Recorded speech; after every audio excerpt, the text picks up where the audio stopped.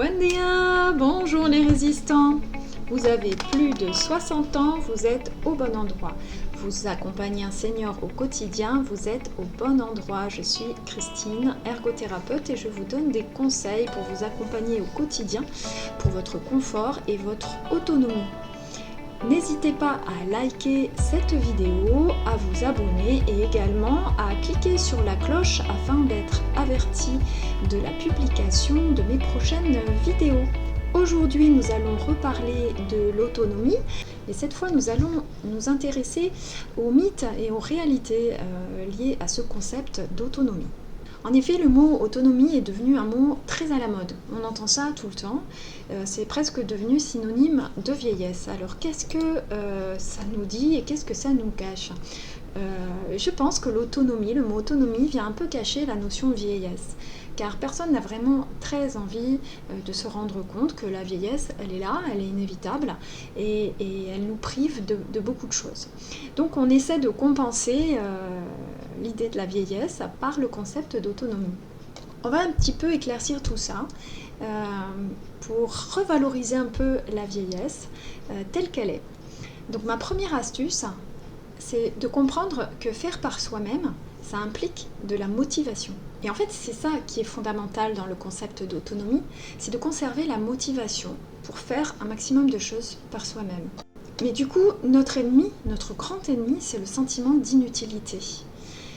Et malheureusement, nous vivons dans une société qui valorise exclusivement notre rentabilité, notre effectivité. Vous avez probablement développé votre carrière professionnelle sur la base de votre efficacité et vous avez associé votre valeur personnelle à votre rentabilité économique. Du coup, la vieillesse peut passer pour une étape extrêmement dévalorisante dans laquelle vous vous sentez inutile. C'est d'ailleurs ce que disent beaucoup de personnes. Je ne sers plus à rien, je suis inutile.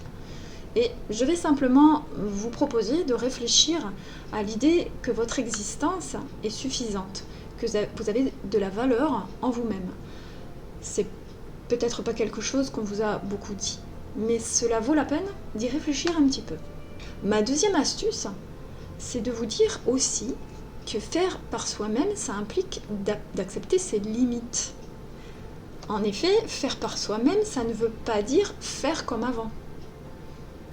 Très souvent, on demande à l'ergothérapeute de créer par magie la capacité de faire tout comme avant. Or, ça n'est pas forcément possible. Des fois, c'est possible et c'est vraiment merveilleux quand on peut voir des personnes qui sont dans un état physique extraordinaire et qui arrivent à tout faire, mais ce n'est pas le cas pour tout le monde. L'important, c'est d'essayer de faire au mieux avec ses propres limites. Accepter ses limites, c'est une des choses les plus difficiles pour les êtres humains, on va être honnête. Néanmoins, accepter ses limites, c'est aussi très libérateur. Donc je vous invite à tenter d'accepter vos limites et de faire tout ce que vous pouvez dans le cadre de vos limites. Et la troisième astuce, qui est la plus difficile, je vous l'accorde, c'est d'accepter d'être vieux. D'être vieux donc en vie. Et résistant, vous avez résisté au temps et vous avez résisté aux épreuves. Il est très important de reconnaître votre résilience, c'est-à-dire votre capacité à dépasser les obstacles, à les franchir et à continuer votre vie. Le fait même de votre longévité le prouve.